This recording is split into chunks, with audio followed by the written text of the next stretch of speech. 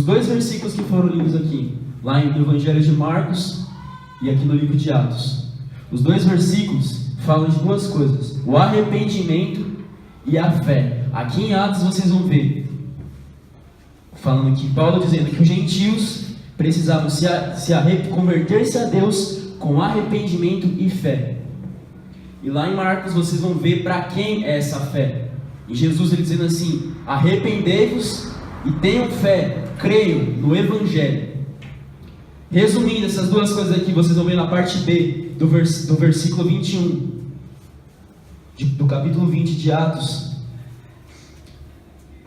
Não, na parte A, que eles precisam converter-se a Deus. O tema dessa pregação aqui hoje será sobre conversão. Conversão, o ato de voltar-se a Deus. A palavra no original de conversão, que vocês vão estar vendo aqui no Novo Testamento, ela vai, alguns de vocês devem até conhecer por pregações que você ouçam de Paulo Júnior, esses pregadores mais reformados. Assim, a palavra grega para conversão se dá por epistrefe, que dá um sentido do quê? Um sentido de volta. Eu estou em um sentido, eu estou fazendo uma coisa e eu volto, me converto para outro lado. Esse é o sentido natural da palavra, conversão. Convergir para outro lado, voltar-se para outra coisa. Mas aqui a conversão bíblica, partindo no sentido natural, se dá voltar-se do pecado para Cristo. Voltar-se do pecado para Jesus. Ou seja, eu estou no pecado, eu estou na vida do pecado, e eu me converto, e eu abandono o pecado, eu me volto a Cristo. Isso se chama, o arrependimento se dá pelo quê? Eu estou no pecado, eu me arrependo de estar no pecado, e eu vou e me converto. Só que pela fé, creio em Cristo. A conversão se dá pelo quê? Abandonar o pecado e me voltar, não para Buda, não para uma religião, mas para Cristo. Ou seja, a fé, o arrependimento e a fé, que resultará na conversão. E por que eu queria falar isso? Bem numa igreja, sobre conversão.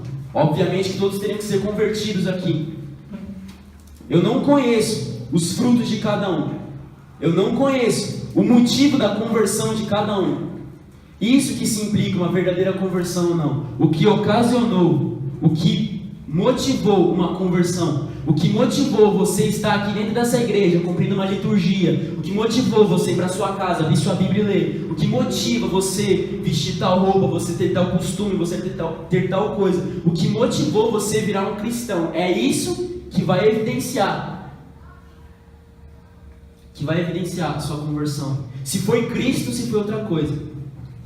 Ou seja, mas o porquê da conversão? O plano da salvação vai ser bem resumido para vocês aqui. Eu coloquei bem resumido para não explanar tanto aqui. O ser humano é pecador, está afastado de Deus, como vocês veem em Romanos 3,23, que muitos de vocês conhecem. Estando todos afastados de Deus, todos pecando, lá em Isaías 59,2 vocês vão ver também. Porque os vossos pecados fazem separação entre vós e Deus. O ser humano, sendo pecador, está afastado de Deus, impedido de ter um relacionamento pacífico com Ele, sendo inimigo dele, estando na carne, ele é inimigo de Deus. Não pode ser salvo por si mesmo. Ele não consegue agradar a Deus, porque o pecado dentro dele não agrada a Deus de maneira alguma. Então Deus pega, retira a culpa, a condenação que havia para o pecado, porque pois o pecado é também transgressão da lei de Deus. Então ele tira essa culpa de cima do ser humano e coloca essa culpa sobre seu Filho Jesus Cristo, imputa a culpa sobre Jesus, imputa a justiça de Jesus sobre nós.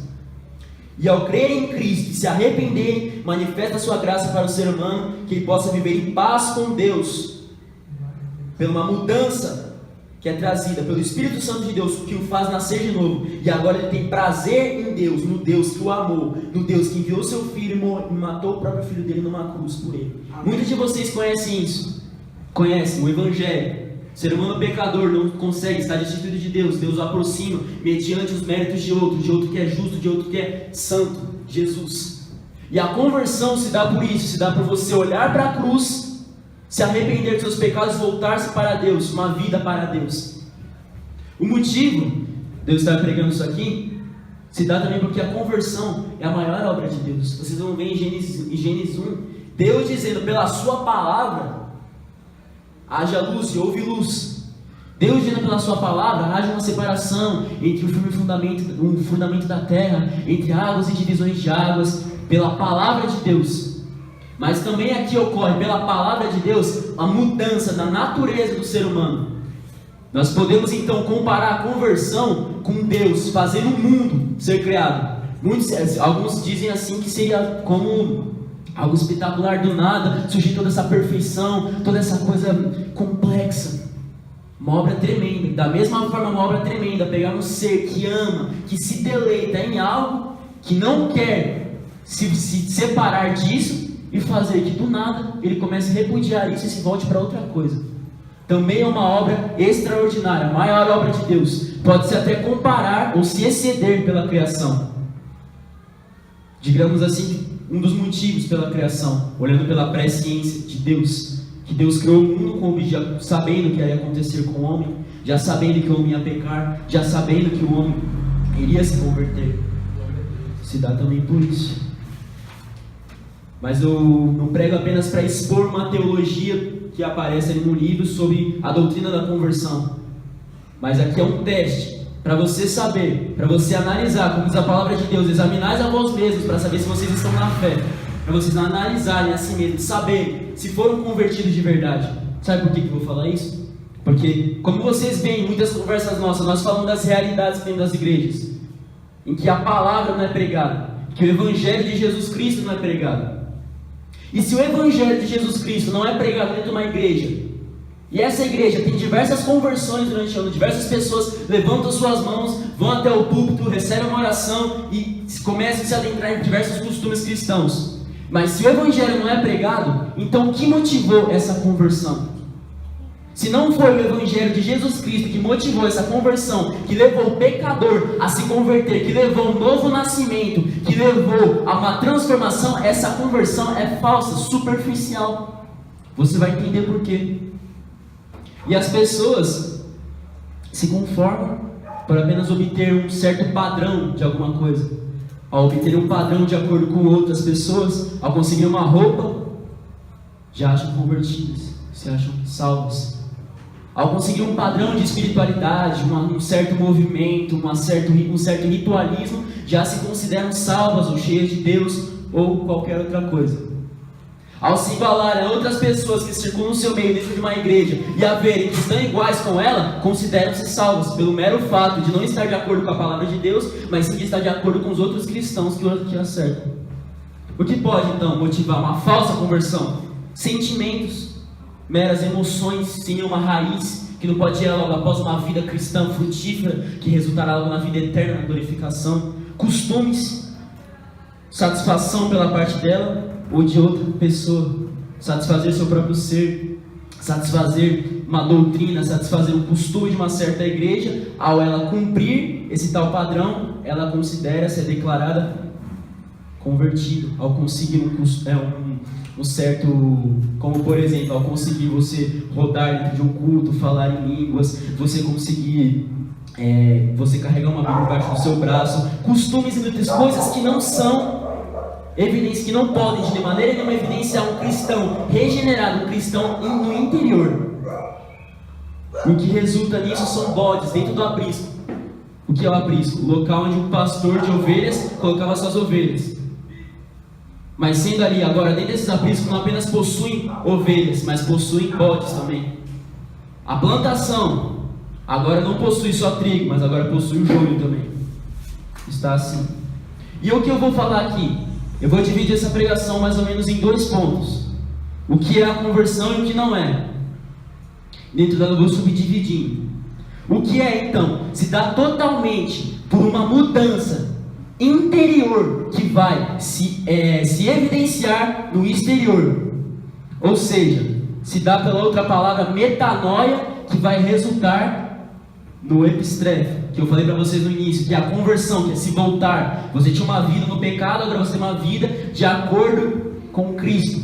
Mas o que deve motivar esse epistrefo deve ser a metanoia, que é o que? A mudança de pensamento.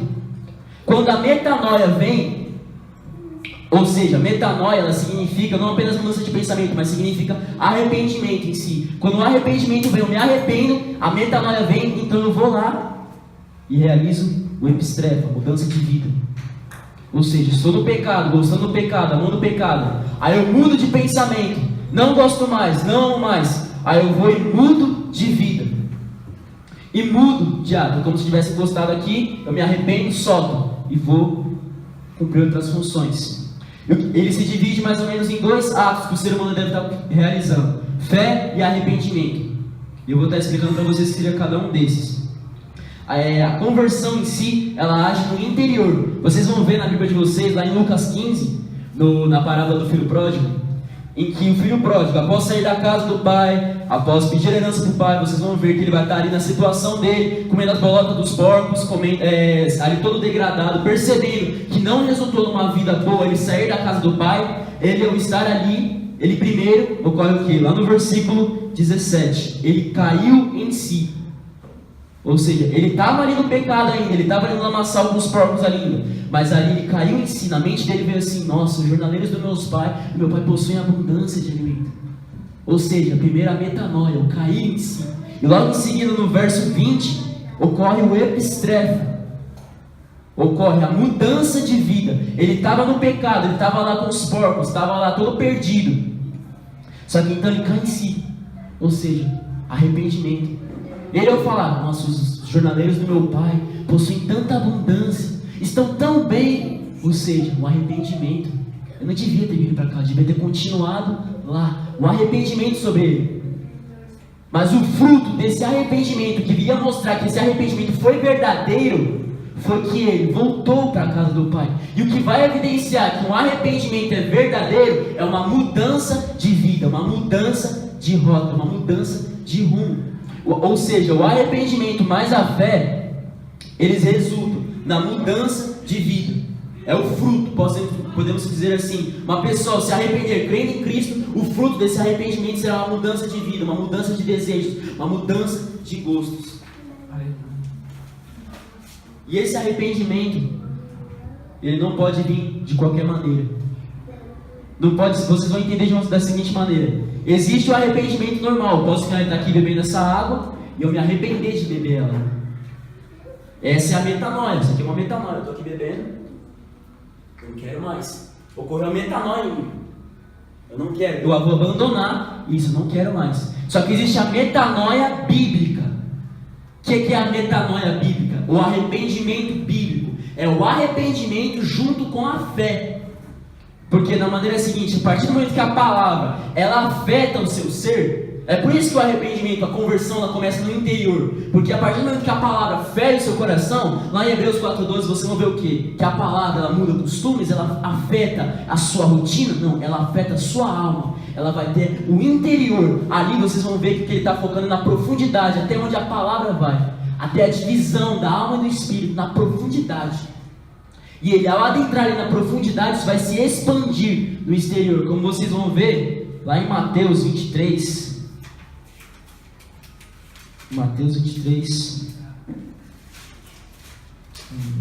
Mateus 23, 26. Fariseu cego, limpe primeiro o interior do copo e do prato, para que o exterior também fique limpo. Aqui Jesus estava usando de uma certa forma uma metáfora para esse fariseu, dizendo assim: não importa essa religiosidade interior. Vocês sabiam como os fariseus são hipócritas? Apenas possuem uma religiosidade exterior, mas dentro do coração deles são sepulcros caiados. E é por isso que Jesus ele fala assim: limpa primeiro o interior, para o exterior ficar limpo depois.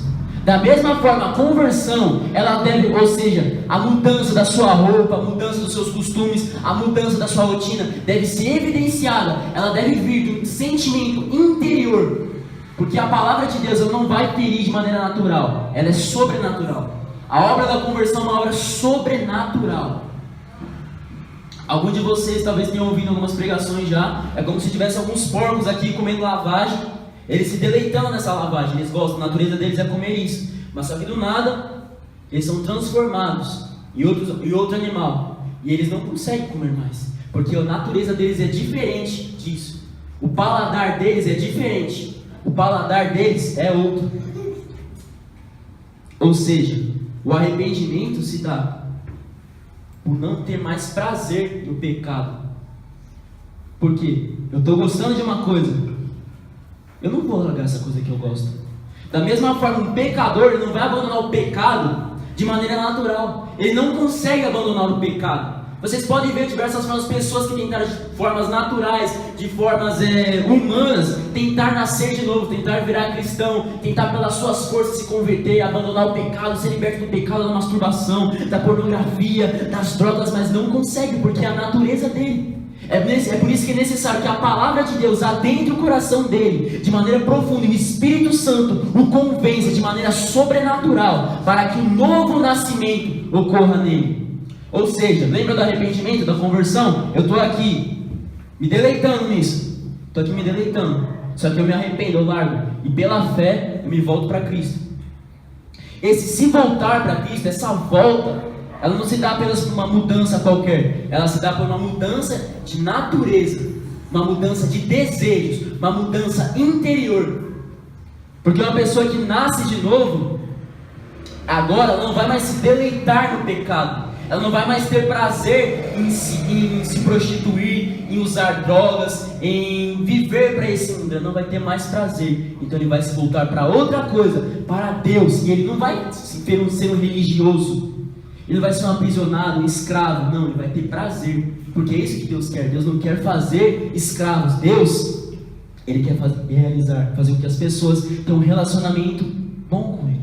Ele rasgou o véu, matou o filho dele numa cruz, não para depois vir com a ira dele sobre nós, para nos fazer, vamos, se relacione comigo. Não, Deus matou Jesus numa cruz para demonstrar o amor dele, e o amor dele, ele é tão tremendo, tão gigantesco, que ele vai nos motivar de maneira espontânea a irmos e servirmos a Deus. Por isso que a conversão é uma obra transformadora, é a maior obra que existe, porque é uma obra, Deus salvando a gente, é uma obra que não fere a justiça de Deus, em que a justiça de Deus não foi ferida, porque Deus, ele pega a justiça dele e imputa sobre seu filho, e nem muito menos a livre agência do ser humano. Ou seja, Deus, ele não está forçando o ser humano a servir ele. Ele não interfere nisso, de maneira que o quê? Ele mostra o amor dele, por meio do Espírito Santo dele, convence o ser humano. Ele se entregando de livre e espontânea vontade, motivado pelo amor de Cristo, pelo amor a Cristo. Ou seja, então, a fé e o arrependimento se dão basicamente pela conversão. Vocês vão ver na conversão a parte que vem de Deus e a parte que vem do homem. Ambas as partes vêm de Deus. Uma pessoa só se arrepende, uma pessoa só crê, claro que pela onipotência, pela soberania de Deus, que ele possibilita a pessoa de crer, pela sua graça, possibilita um pecador de ouvir a sua palavra, de crer, de se arrepender. Ele possibilita isso para o pecador. Da mesma forma ele possibilita para o pecador uma vida em sua presença. Da mesma forma ele vai aperfeiçoando a vida do pecador. Ou seja, Deus, ele é o autor, o aperfeiçoador e o consumador da conversão, da salvação. É isso que ele faz. Mas a parte de Deus, que eu digo assim de um modo natural, olhando de nós aqui, Deus, ele vai estar agindo por meio de sua palavra, por meio do seu Espírito. A palavra aqui, como eu estou expondo para vocês, de uma certa forma é algo natural. Eu aqui falar, eu ler um texto, algo legível aqui, e expor para vocês, é algo natural. Só que Deus, ele usa essa palavra por meio do seu Espírito Santo para convencer a cada um de vocês do que está sendo dito aqui. Como diz em João 16:8, que Deus, ele convencerá o mundo do pecado, da justiça e do juízo. E como diz em Romanos 10:17, a fé, ela vem pelo ouvir da palavra de Deus. A palavra de Deus sendo exposta para o ser humano, o Evangelho sendo exposto para o ser humano, o Evangelho, que é o poder de Deus sendo exposto para o ser humano. Então o Espírito Santo vem, convence o pecador a se render a Cristo, convence de maneira que a justiça de Deus não é ferida, que a livre agência dele não é ferida, que ele pode se entregar a Cristo e o servir de livre e espontânea vontade, motivado pelo amor que é manifesto naquela cruz. Por meio da palavra dele, ele convence a cada um. Ele que dá os frutos da conversão.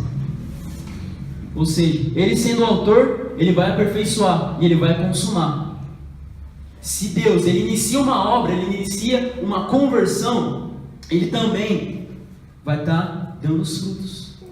ele também vai ser o resultado dos frutos. Ou seja, você só pode dar fruto, os frutos do Espírito Santo. Você só pode ser manso, você só pode ser amoroso, você só pode odiar o seu inimigo, você só pode ter prazer na palavra de Deus, você só pode se deleitar em Deus e odiar o pecado se Deus foi o autor da sua fé.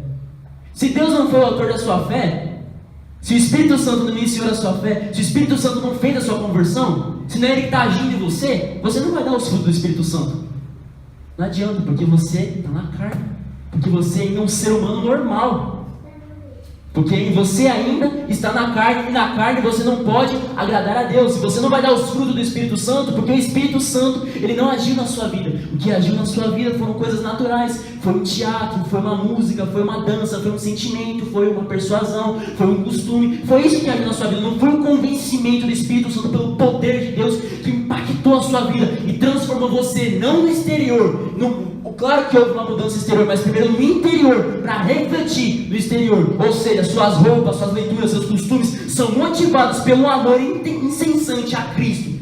São motivados pelo Espírito Santo de Deus. E você não faz porque a sua religião manda, porque a sua mãe manda, porque o seu pai manda. Você faz porque o seu coração, porque o seu interior foi mudado pela palavra. Você tem prazer em conhecer a Deus. Você tem prazer em se aproximar dele. Porque foi ele que iniciou a sua conversão. Porque foi ele que resultou, que iniciou a sua fé.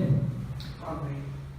Glória a Deus. Pode haver em você, pode haver um motivo de você não dar frutos dignos de um cristão.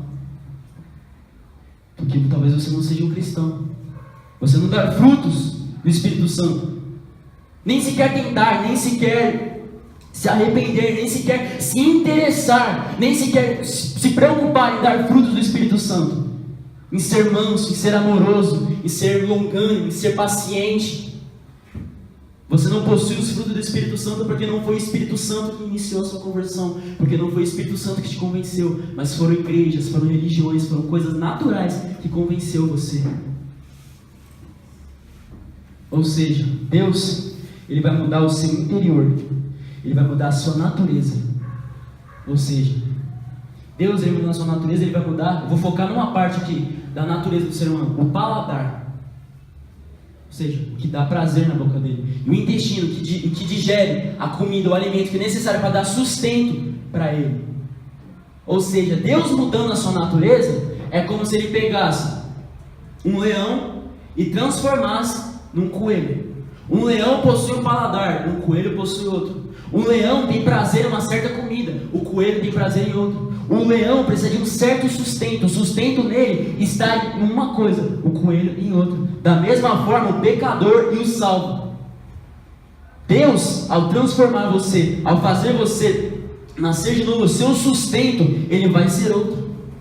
O seu alimento, o que vai saciar o seu paladar, o que vai agradar o seu paladar, vai ser outra coisa, porque Deus, ele mudou o seu interior.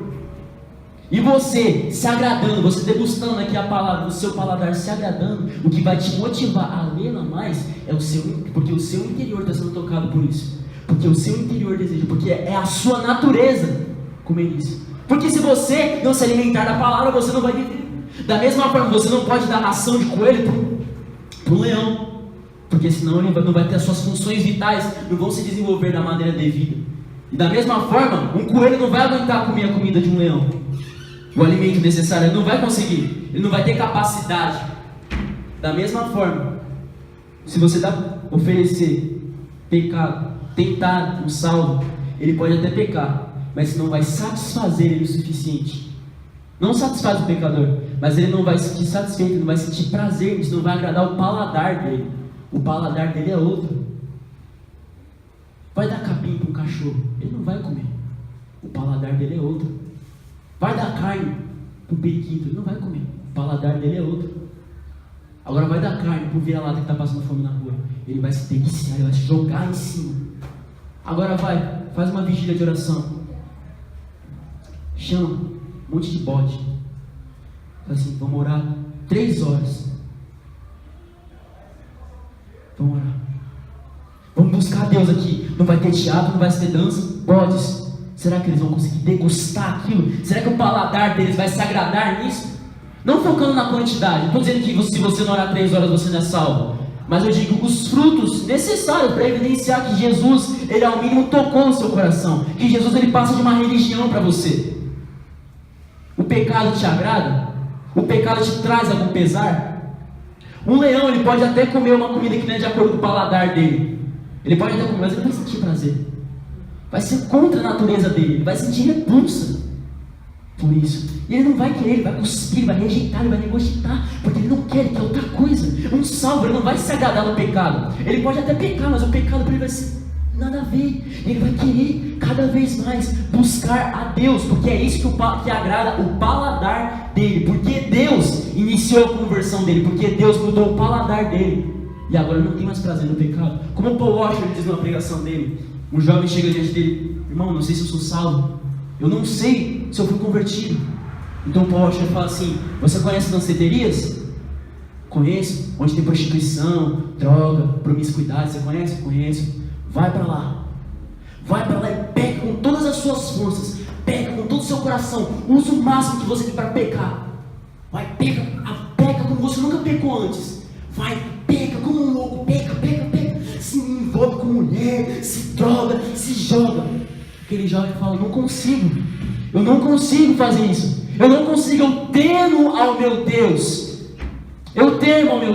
E com certeza aquele jovem não ia conseguir ficar mais de 5 minutos naquele local, de tamanha imundícia que emana dele. Ele não ia conseguir ficar ali próximo, não ia conseguir se aproximar. Ele podia até provar, ele podia até cair, ele vai poder ter isso, mas ele vai sentir o pesar, ele vai sentir dentro dele: não, o Deus que eu temo, o Deus que vai além de uma religião para mim. Isso, ele não se agradou com isso. Ele não se agradou, porque o sustento dele não está nisso. Ele não busca isso. Ele busca o que pode sustentá-lo. Ele busca a Deus, não religião. Ele busca o próprio Deus. E assim, Deus mudando o paladar, mudando o interior do ser humano, ele vai amar a Deus. Ele faz com que o ser humano pare de gostar do lamaçal do pecado e se volte para uma comida, para um alimento mais saboroso, mais saudável para ele. E a parte do homem: o que o homem, em resposta à cruz, deve fazer? Aí se chega na fé e no arrependimento. A fé se dá pelo quê? Muitos de vocês, não sei se algum de vocês deve entender corretamente o padrão bíblico de fé.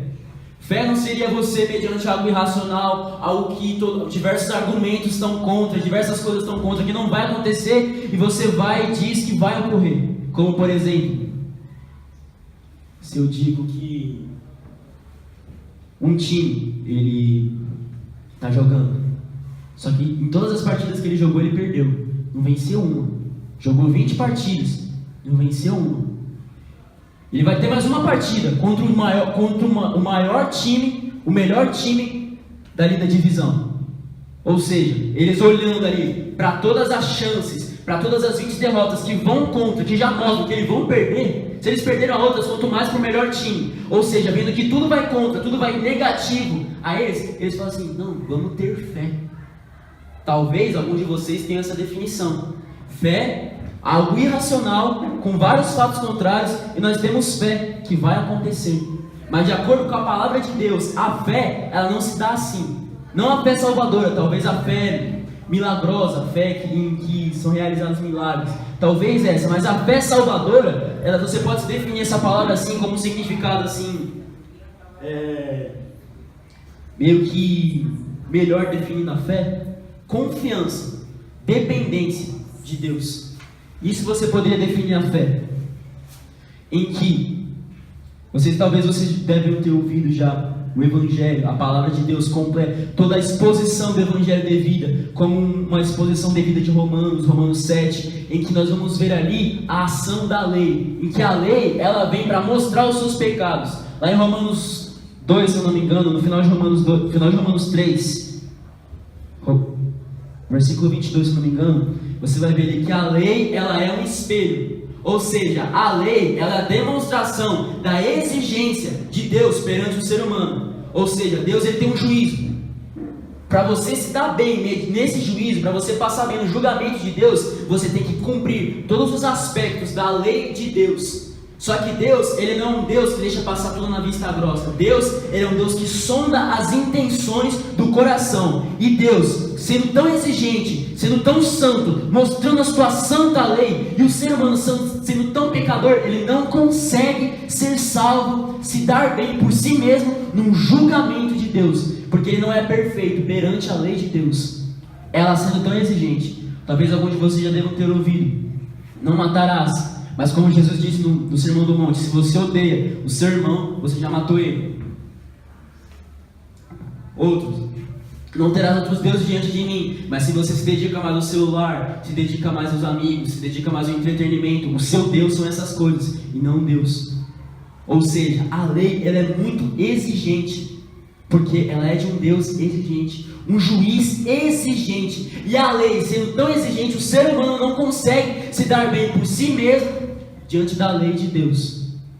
E a lei vem e mostra os pecados, e o ser humano não consegue.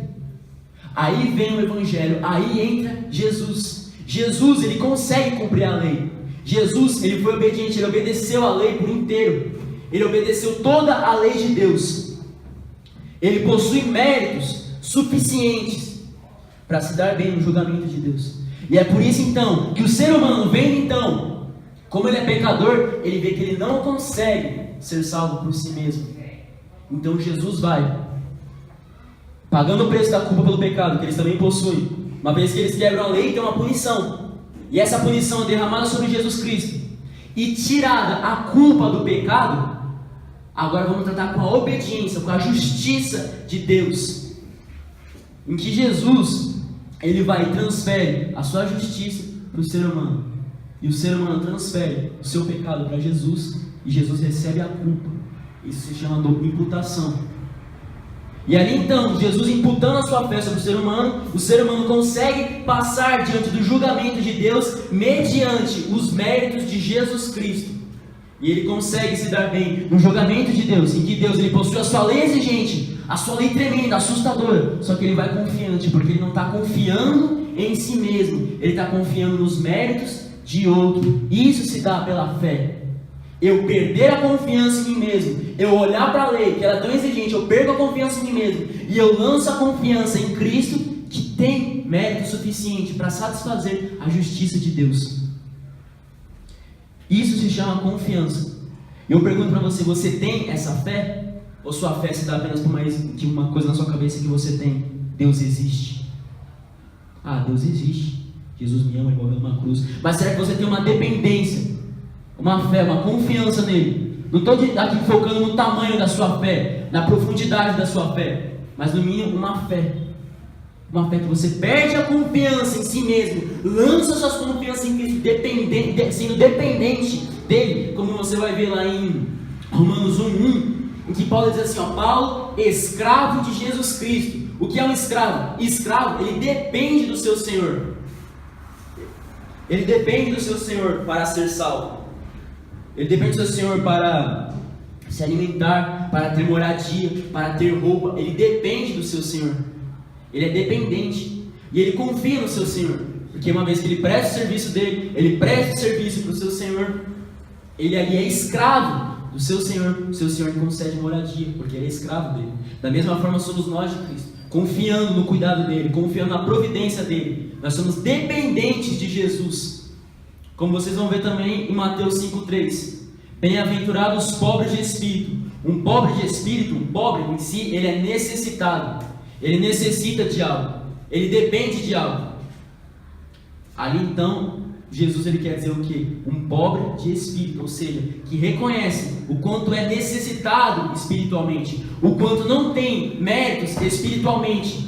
Ou seja, assim como um pobre depende de doações, depende de mendigâncias, assim como ele de esmola, assim como ele depende disso, ele depende de dinheiro de outro, porque ele não tem. Assim somos nós, não possuindo justiça própria, não possuindo méritos próprios, dependemos, confiamos naquele que é riquíssimo em mérito, naquele que é riquíssimo em justiça. Amém. Ele, Jesus Cristo.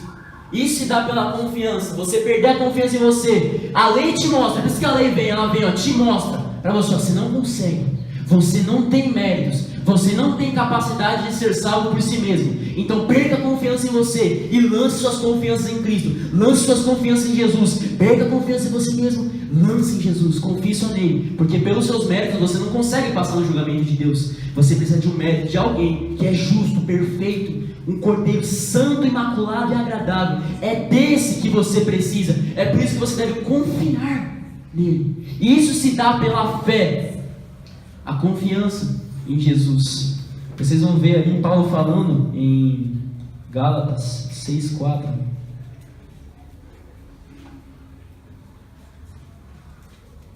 Não necessita abrir não, vai ser uma leitura bem. Gálatas 6:14. Quanto a mim, que eu jamais me glorie, a não ser na cruz de nosso Senhor Jesus Cristo, por meio da qual o mundo foi crucificado para mim e eu para mim. Ou seja, Paulo ele falou assim: fora de mim está, ai de mim, longe de mim está me gloriar em outra coisa que não seja me gloriar na obra redentora, na obra salvífica de Jesus Cristo. A palavra gloriar em outras traduções vocês vão ver também em se orgulhar. A palavra orgulhar ela se dá de uma coisa assim, que seria se alargar, apoiar em algo, em alguma coisa positivamente. Ou seja, eu posso, por exemplo, estar aqui discursando para vocês e eu me apoiar em uma boa oratória, me apoiar nisso para me gloriar.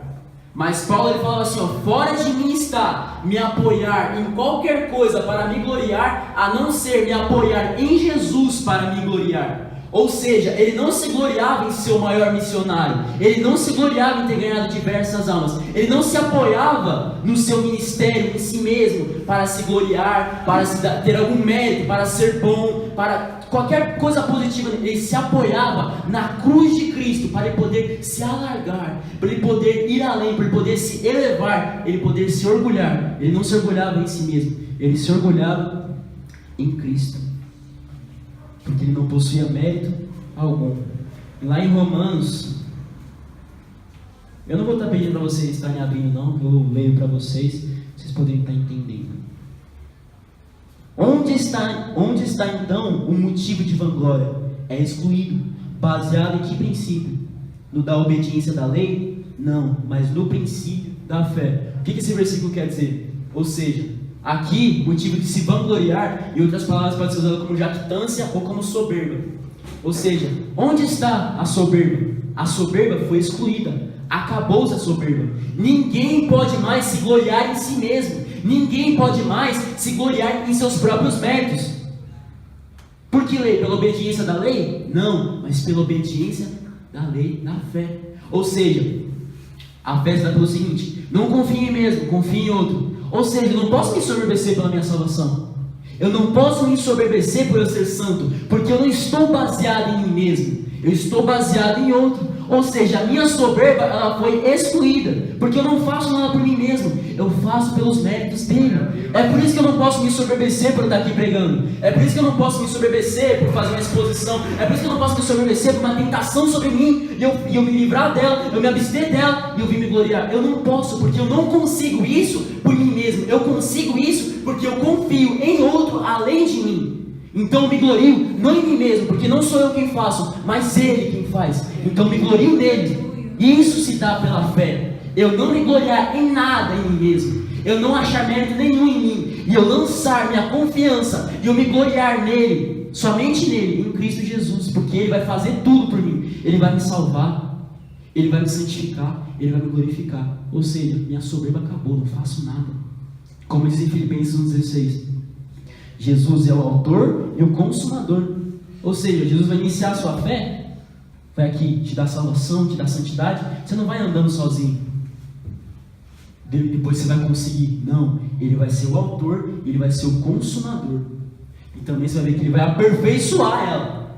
Ou seja, Ele te ajuda no início da sua fé, no meio da sua fé e no fim da sua fé. Ele te ajuda na sua salvação, na sua santificação e na sua glorificação.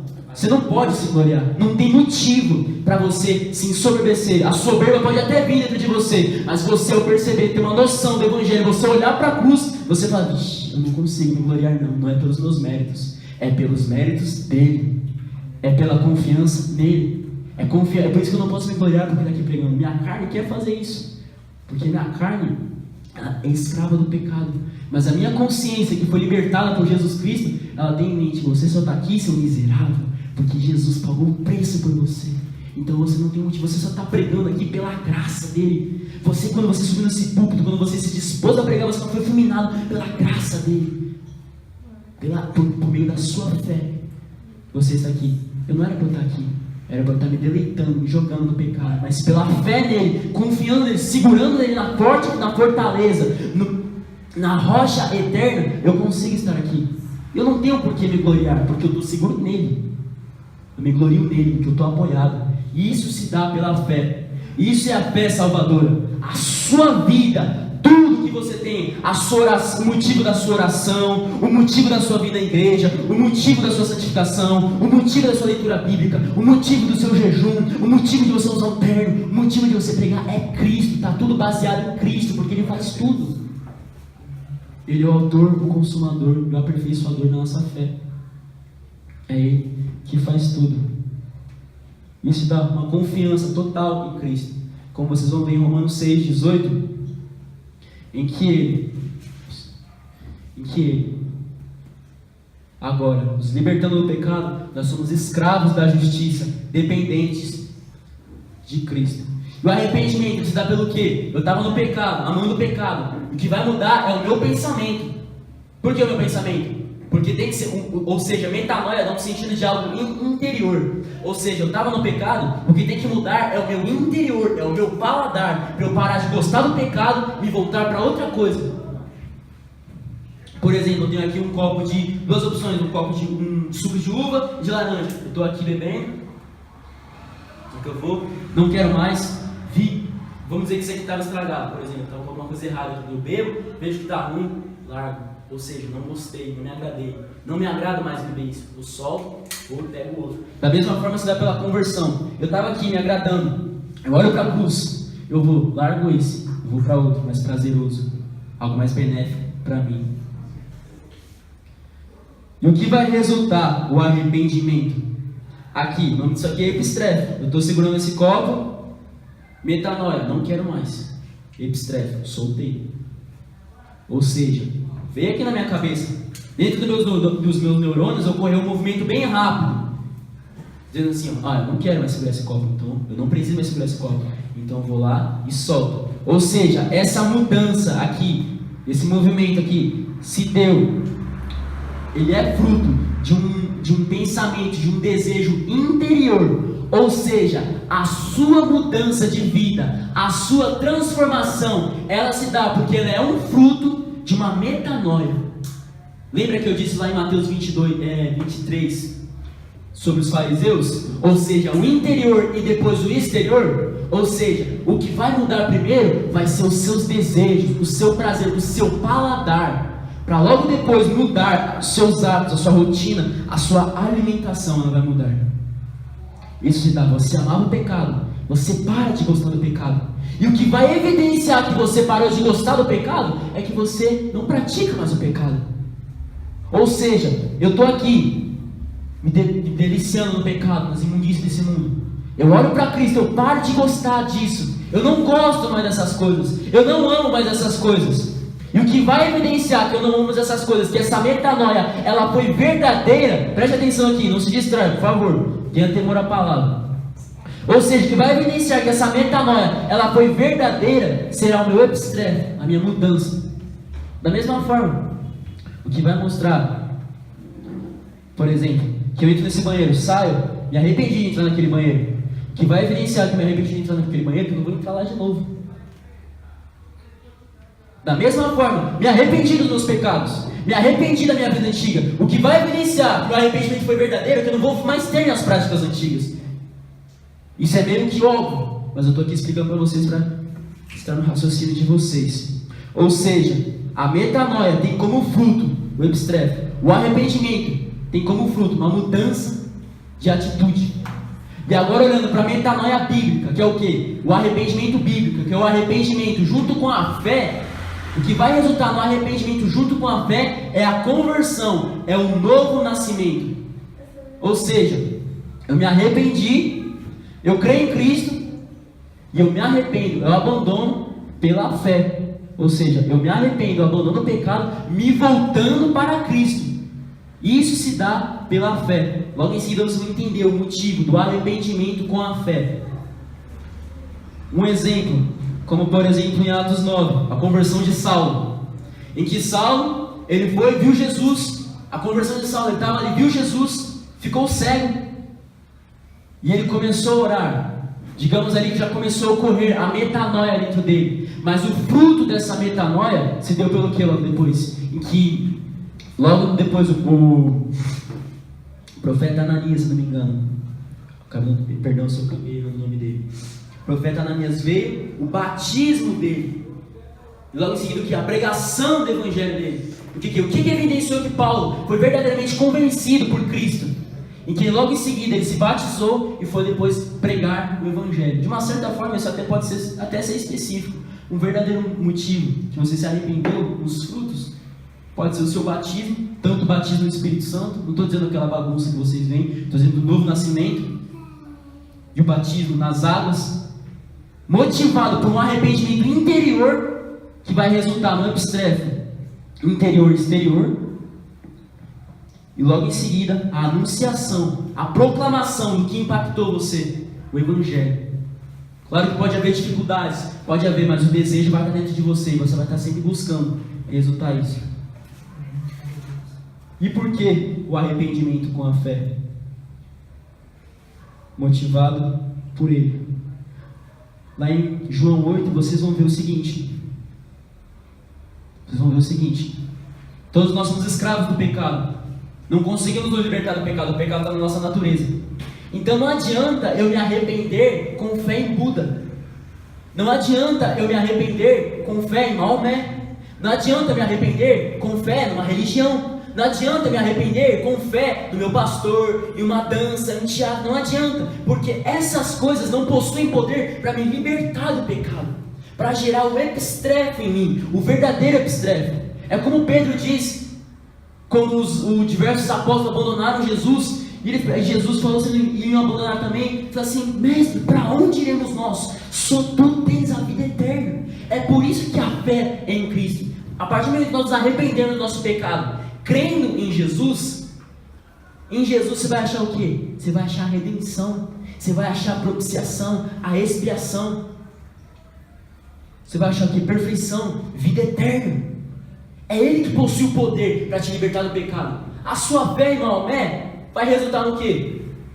Você aderir aos costumes. A sua fé em um congresso, em louvores, vai fazer você aderir ali um congresso, você virar ali um cantor, alguma coisa assim. Mas o arrependimento, junto com a sua fé em Cristo, vai gerar um novo nascimento, numa regeneração, porque é Ele, somente Ele tem o poder para fazer isso.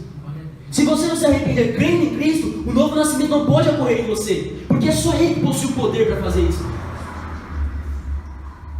Você não pode crer em pessoas que não possuem isso. É a mesma coisa, vamos imaginar aqui, o Hélio é pobre, o Gabriel é rico. Eu vou, faço um investimento, não consigo, vou precisar de dinheiro emprestado para me recompor. Eu não vou chegar e pedir para o Hélio que não tem condições, vou acabar me prejudicando e prejudicando ele talvez. Mas eu vou chegar e pedir para aquele que possui, para aquele que é rico. Da mesma forma, eu não posso abandonar o pecado e me voltar para quem não possui o poder para me libertar. Eu não vou conseguir nada. Da mesma forma que eu não vou conseguir nenhum dinheiro, pedindo dinheiro para o Wellington, que ele sendo pobre, da mesma forma eu não vou conseguir nenhum novo nascimento, nenhum fruto, nenhuma regeneração, nenhuma santificação em religiões, em costumes, em igrejas, em grupos de louvores, em música. Você não vai conseguir. Você só vai achar o poder para um novo nascimento, para uma regeneração, para uma redenção, para uma transformação tamanha na sua vida em Cristo. É por isso que o arrependimento é pela fé, é pela confiança em Jesus. Amém, glória a Deus. É necessário que você tenha pegado um raciocínio para você estar entendendo. Porque se você perde o fio da meada, você acaba se confundindo. Mas, glória a Deus. Ou seja, por que a fé? Se algum de vocês já leram Romanos 6, ou seja, como que é o novo nascimento? Deus nos planta com Jesus Cristo na cruz, de uma forma simbólica, nos crucifica com Jesus na cruz, Jesus foi sepultado, nós somos sepultados juntamente, só que Jesus foi ressuscitado, Jesus ressuscitou, nós também ressuscitamos com Jesus, somos mortos com Jesus, sepultados com Jesus, nascidos de novo com Jesus, ou seja, isso é o novo nascimento. Ali, como a palavra de Deus diz, Jesus ressuscitou para a nossa justificação. Nós só podemos ser justificados, regenerados, salvos naquele que podemos ser plantados para ser mortos, sepultados e ressuscitados. Você não pode crer em Maomé, porque Maomé morreu, ele ressuscitou. Não, ele está morto, ele está desintegrando debaixo da terra. Você não pode se arrepender crendo em religiões, porque elas vão passar. Você não pode se arrepender crendo em costumes, porque eles são inúteis. Você não pode se arrepender crendo nos costumes, nas coisas naturais dessa vida, porque elas vão se degradar. Você deve crer no eterno, naquele que ressuscitou, naquele que tem poder. Você deve perder a confiança em si mesmo e lançar nas confianças, não naquele que é pobre, não naquele que não possui nada, mas naquele que ressuscitou, naquele que tem poder, naquele que tem a capacidade para te fazer nascer de novo. Isso se dá pela conversão. Você perder a confiança em si mesmo, você lançar suas confianças naquele que possui poder para transformar você. E tudo isso que eu estou falando, de uma certa forma, ele pode ocorrer de uma vez. A fé e o arrependimento não é que um ocorre primeiro, eles ocorrem ao mesmo tempo. A fé e o arrependimento. Eu vou estar pulando para a conclusão aqui, para estar expondo para vocês. Aqui, o que não seria uma conversão é quando a sua mudança de vida, é quando a sua mudança de atitude, ela não é motivada por uma metanoia bíblica. Ou seja, é quando você muda de costumes, é quando você muda de religião, é quando você muda as suas práticas, não motivado pelo arrependimento, confiando em Jesus Cristo. Ou seja, é motivado por teatros, tradições familiares, apreciação por teologia, não é motivado pela cruz. Não estou falando da doutrina da cruz, estou falando da cruz real, de Jesus que ressuscitou, do Evangelho que é o poder de Deus para a salvação de todo aquele que crê. É quando o seu epistrefo, a sua mudança de vida, não é fruto de um arrependimento bíblico, que é o arrependimento com a fé, é quando isso não ocorre. A mudança de vida vem pela fé e o arrependimento. Ao ocorrer a fé e o arrependimento, o Espírito Santo vem com a realização de uma obra regeneradora. Mas se não ocorreu o arrependimento e a fé em Cristo, a sua mudança de vida não foi realizada pelo Espírito de Deus. Ou seja, a mudança foi ocasionada por outra coisa. Não foi um novo nascimento. Foi só uma agregação, foi só uma mudança de costumes, não é algo profundo. Não vai resultar em frutos. Não vai resultar em uma transformação verdadeira. Não vai resultar. Foi uma volta para a coisa natural. Foi uma volta para uma religião. Foi uma conversão para coisas naturais, não foi uma conversão para Cristo, para o autor e consumador, para o vivo, para o real, para o eterno. Não foi uma conversão para isso, uma conversão para coisas naturais. Ninguém pode mudar a natureza do ser humano, a não ser aquele que o criou. Ou seja, a religião não tem poder para mudar sua natureza, para mudar seu paladar. O pastor não vai conseguir. O pastor de ovelhas, ele não vai conseguir bater no lobo, espancar o lobo até ele virar uma ovelha. Ele não vai conseguir. Modos naturais não conseguem fazer isso. Ele precisa ter um poder sobrenatural. Um poder sobrenatural. Da mesma forma, a religião não pode impor um monte de regra para você, te aprisionar, para fazer você ser um cristão. Ela não pode fazer isso, ela não tem o poder. É por isso que o Espírito Santo precisa vir pela pregação do Evangelho e mudar o seu interior de forma sobrenatural. É por isso que a obra é sobrenatural, porque é como a criação, é como ele diz, haja luz, é como diz, haja santidade, haja novo nascimento. É ele falando isso por meio da palavra dele, e você mudando de uma tamanha maneira. E você agora não vai ser alguém mentiroso, religioso. Abre lá rapidinho, lá em Mateus 7.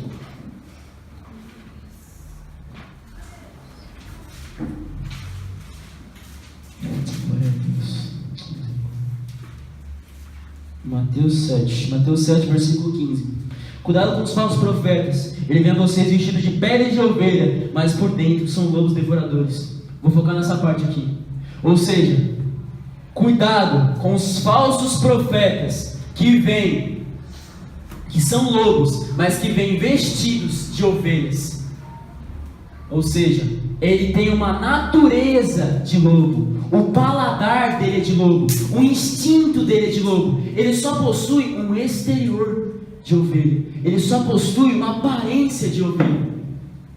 Ou seja, não adianta a sua religiosidade exterior se o seu instinto, se o seu paladar não foi mudado. Ali Jesus ele traz uma semelhança para um lobo vestido de ovelha ali no aprisco com as outras ovelhas. Ou seja, vamos supor que uma conjectura aqui bem rápida, uma analogia. Imagina lá no aprisco, as ovelhas lá e está lá o lobo, a função lá com roupa de ovelha. Ou seja, a aparência, aos olhos naturais, ele parece uma ovelha. Ele está com o exterior de ovelha. Ou seja, mas quando o pastor for levar a alimentação para as ovelhas, for lá a alimentação que é própria para as ovelhas, ele vai lá e coloca no lugar onde elas comem, aí vai todo mundo, vai todas as ovelhas lá, começam a comer, se deliciar, tem prazer naquilo, a natureza de Deus fazer isso. Só que aí está lá a ovelha vestida o lobo vestido de ovelha, eu não gosto disso não, meu paladar é outro, não consigo comer isso. Ele pode até ir para enganar o pastor, mas só que vai continuar, não vai ter prazer, não vai fluir, não vai real, não é real, ele não está comendo com vontade como as outras ovelhas, ele não tem prazer naquilo. Da mesma forma, quer receber um salvo? Dá algo para ele, vamos ver se ele consegue fazer algo que só um salvo verdadeiro pode fazer. Vamos ver se ele tem prazer aqui ó, em comer comida de ovelha. Ele tem um prazer nisso, em se alimentar do sustento de um salvo. Ele dá fruto de um salvo? Ele tem um intestino de um salvo? Ele tem um interior de um salvo? Não. Ele é um lobo por dentro. Ele não consegue comer a comida das outras ovelhas. Da mesma forma, você pode ser um lobo, vestido com uma capa de ovelha. E como prova isso? Você não consegue comer o que as outras ovelhas comem. Você não consegue sustentar, você não consegue ter prazer no que as outras ovelhas têm. Você não consegue ter prazer, porque a sua natureza, porque o seu prazer é outra coisa. E quando você vê uma brecha, quando ninguém estiver olhando, tiver um pedaço de carne ali, o lobo vai com toda vontade, vai começar a comer. O pastor vai ver, e não era uma ovelha, era um lobo. Olha o que ele está se alimentando. Quando tiver uma tentação na vida desse lobo vestido de ovelha, na vida desse pecador piedoso, desse mundano gospel, ele vai se render, porque a natureza dele é comer isso, porque ele ama isso. Porque o interior dele não foi mudado pela palavra, pela regeneração do Espírito Santo, porque ele só mudou de costume, porque o epistrefo dele foi motivado por uma religião, por algo falso, por algo mentiroso. E é por isso que ele não tem prazer nessas coisas, porque o paladar dele não foi mudado, porque o intestino dele não foi mudado. Da mesma forma, você não tem prazer nas coisas de Deus, você não tem prazer em buscar a Deus, você não consegue nem sequer se interessar pelas coisas de Deus, você tem mais prazer pelos entretenimentos, pelas amizades, pelas coisas desse mundo, porque o seu paladar não é comer isso. Não adianta você forçar, não vai satisfazer o teu ser, você não vai se agradar, porque não é a sua natureza, você não nasceu de novo, você só tem uma pele de ovelha, e você pode enganar o pastor natural, que olha com os olhos visuais. Mas se pegar aquela ovelha e passar diante de uma máquina de raio-x, vai ver o interior dela, vai ver que é um lobo. Ou seja, vai sondar. Você talvez pode estar aqui fingindo uma falsa piedade. Você pode conhecer outras pessoas que são falsas cristãs, que são lobos vestidos de ovelha. E aos olhos do pastor podem enganar. Mas quando chegar diante do pastor, que sonda como um raio-x, que sonda a intenção do coração, que é onisciente, que é onipresente, quando ele sondar o interior, o coração, ele vai ver, não era uma ovelha. Ele vai conhecer. Talvez até seu pastor conheça na hora que ele vê os seus frutos. Ou seja, a conversão, ela vem interior. A conversão, ela não muda o exterior primeiro, ela não muda suas roupas, ela muda os seus desejos, para você ter prazer nos seus costumes. Para você. Ele não vai mudar o livro que você lê, ele não vai mudar a roupa que você veste, ele não vai mudar o vídeo que você assiste. Não, ele vai mudar o seu prazer, para você ter prazer em fazer essas coisas. Você pode ler a Bíblia, Você pode assistir Paul Walsh, você pode ser reformado, você pode gostar de sermões positivos, você pode gostar de ler livros reformados, de John Bunyan, Jonathan Edwards. Mas aí está a diferença. Será que você vive isso? Será que você se sente impactado por aquilo? Será que você tem prazer naquilo? Será que aquilo é real para você ou é apenas superficial? Ao você ler a obra de Jonathan Edwards, você lê esse livro aqui, você lê como se estivesse lendo um livro histórico, você lê como um jornal que traz boas notícias. Será que você lê assim? Você pega aqueles livros para você, para uma apreciação teológica inútil, mas será que você pensa em viver isso? Você olha para esses grandes homens, para esses teólogos, para essas pessoas todas, você vive o que eles falam? Você vive a palavra? Você é um lobo ou é uma ovelha? É profunda a sua religião? A sua religiosidade é verdadeira? Ela está junta com um sentimento intenso, desejoso de fazer tal coisa?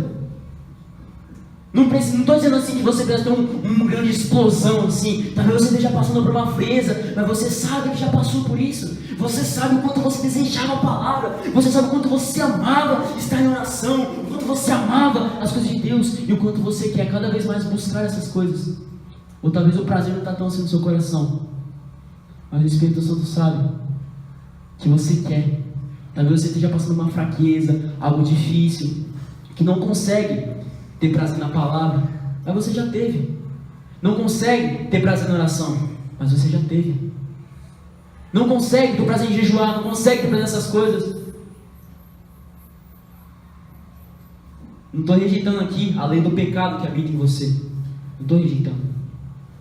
Ou seja, não estou rejeitando a sua carne. Claro que você possui inclinação para a sua carne. Você está num corpo mortal ainda. Mas só que o que? Lá em Romanos 7, Paulo vai dizer assim, o bem que eu quero fazer, esse eu não faço. Ou seja, talvez você tenha uma limitação na sua vida por causa da sua carne, por causa da lei do pecado que opera você, mas você quer isso. Você quer andar em santidade. Você não quer o pecado. Talvez você caia em pecado porque você não quer. O Paulo ele fala em Romanos 7, o mal que eu não quero, esse eu faço. Ou seja, eu não quero fazer o mal, mas por conta da minha natureza, eu acabo fazendo. Há uma diferença de você ter prazer e se deleitar e se dedicar nisso, em desejar fazer o mal e fazê-lo. Paulo ele não desejava e fazia por conta da sujeição dele à morte, ao corpo carnal. Ou seja, se você conhece alguém que não nasceu de novo, talvez você não nasceu de novo, não tem prazer em Deus, se o seu desejo é estar no pecado, o seu desejo é se deleitar cada vez mais nas coisas desse mundo, se você fez uma adaptação, se você é um lobo vestido de ovelha, e você só tem uma religiosidade exterior, você é somente um religioso, não ocorreu a fé e o arrependimento dentro de você, chegue diante do pastor do aprisco e tire essa roupa de ovelha. Para de achar que tem alguma bondade em você. Chega diante do pastor assim, tira essa roupa de ovelha e mostra o lobo que você é. Ou seja, chega diante de Deus não achando que você tem alguma coisa boa, que você cumpre uma religiosidade, não. Chega diante dele mostrando o que você é. Chega diante dele reconhecendo a sua natureza real. Chega diante dele e fala assim, Deus, eu estava só com uma roupa aqui, era tudo mentira, foi tudo motivado por religião, foi tudo inútil, Pai. Olha quem eu sou. Olha, eu sou um lobo, eu amo o pecado, eu amo a imundícia, eu quero me dedicar a isso. Chega diante dele e fala isso. Se você conhece alguém que tem isso, fala para as pessoas, chega diante de Deus e reconheça o lobo que você é, e reconheça o imundo que você é. Chegue diante dele e fala, Pai, eu só tinha uma roupa, a minha religiosidade era externa, não valia de nada, eu não tinha prazer, eu comia comida de ovelha, mas eu regurgitava, eu não conseguia me aprofundar, eu não consigo dar fruto de um salvo, eu não dou fruto do Espírito Santo, porque não foi o Espírito Santo que fez a minha conversão. Chega diante dele e fala tudo isso. Porque você não está falando para o pastor que ao ouvir isso vai te expulsar do aprisco.